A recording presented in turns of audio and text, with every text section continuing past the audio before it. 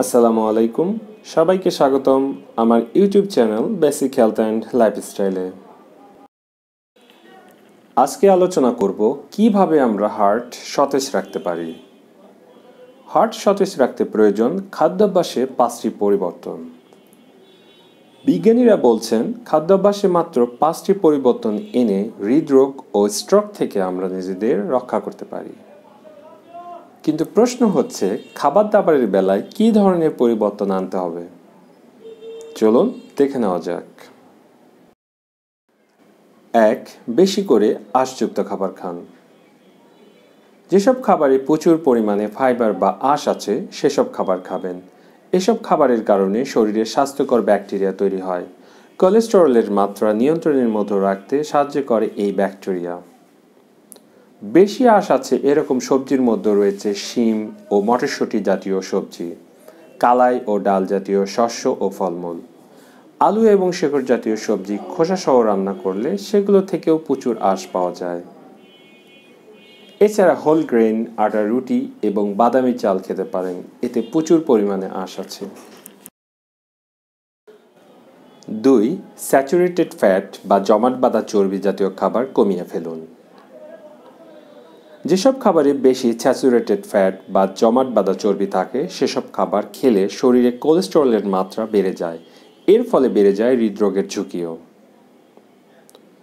Cheese, দই, লাল মাংস, মাখন, কেক, বিস্কিট ও নারকেল তেলে প্রচুর পরিমাণে স্যাচুরেটেড ফ্যাট থাকে।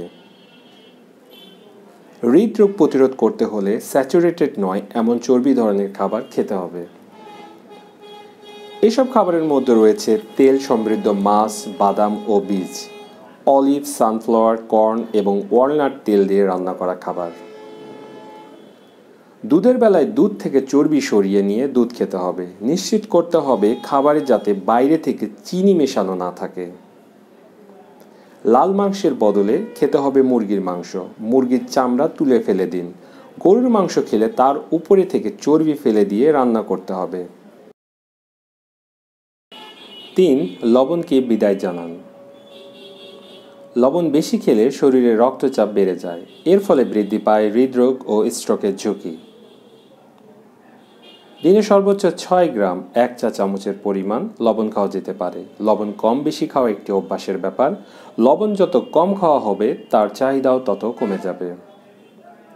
এই অভ্যাস বদলাতে মাত্র 4 সপ্তাহের মতো সময় লাগে। এই সময় পর দেখা যাবে আপনি যে খাবারের সাথে লবণ খাচ্ছেন না সেটি আপনি বুঝতেই পারবেন না। 4. ভিটামিন ও মিনারেল সমৃদ্ধ খাবার খাবেন। যেসব খাবারে ভিটামিন ও খনিজ পদার্থ বেশি থাকে সেগুলো আমাদেরকে সুস্থ রাখতে সাহায্য করে। শুধু তাই নয়, এসব খাবার হৃদরোগের ঝুঁকিও কমিয়ে দেয়। ক্যালসিয়াম, ম্যাগনেসিয়াম এবং পটাশিয়ামের মতো খনিজ উচ্চ রক্তচাপ প্রতিরোধ করে। হৃদরোগের যেসব কারণ আছে সেগুলো ঠেকাতেও এসব খনিজ ইতিবাচক প্রভাব রাখতে পারে। অনেক খাদ্য বিশেষজ্ঞ মনে করেন স্বাস্থ্যকর ও ভারসাম্যপূর্ণ ডায়েটের মাধ্যমে এসব ভিটামিন ও খনিজ পাওয়া সম্ভব। এসবের জন্য ট্যাবলেটের ওপর নির্ভর করতে হবে না। প্রতিদিন 5টি ফল বা সবজি খাওয়া, ছোট্ট 1 গ্লাস জুস, শিম ও ডাল জাতীয় শস্য খেতে পারেন। বাদাম ও বীজ জাতীয় খাবারে থাকে ভিটামিন ই। মাছ, দুগ্ধজাত খাবার ও হোল গ্রেনে পাওয়া যায় ভিটামিন বি। কলা, আলু এবং মাছে পটাশিয়াম, ডাল ও হোল গ্রেনে ম্যাগনেসিয়াম। দুগ্ধজাত খাবার ও সবুজ পাতার সবজি থেকে পাওয়া যায় ক্যালসিয়াম। 5 এবং আজকের শেষ পয়েন্ট, বেশি মোটা হলে ক্যালোরি কমিয়ে দিন। হৃদরোগের ঝুঁকি কমিয়ে দেওয়ার জন্য আগের 4টি ধাপ এর মধ্যেই যদি অনুসরণ করে থাকেন তাহলে আপনি অনেকটা ভালো অবস্থানে আছেন। কারণ আপনি যদি চিনি, লবণ, স্যাচুরেটেড চর্বিযুক্ত খাবার কম খান, ভিটামিন ও মিনারেল আছে এরকম খাবার বেশি খান, তাহলে মোটা হয়ে যাওয়ার সম্ভাবনাও কম। ওজন যাতে বেড়ে না যায় সেদিকে নজর রাখতে হবে। মনে রাখতে হবে মোটা হলে তার হৃদরোগের ঝুঁকি বাড়িয়ে দেয়, বিশেষ করে কোমরে চর্বি জমা হলে। পুরুষের কোমর যদি 37 ইঞ্চি আর নারীর কোমর 31.5 ইঞ্চির বেশি হয় তাহলে ওজন কমাতে হবে।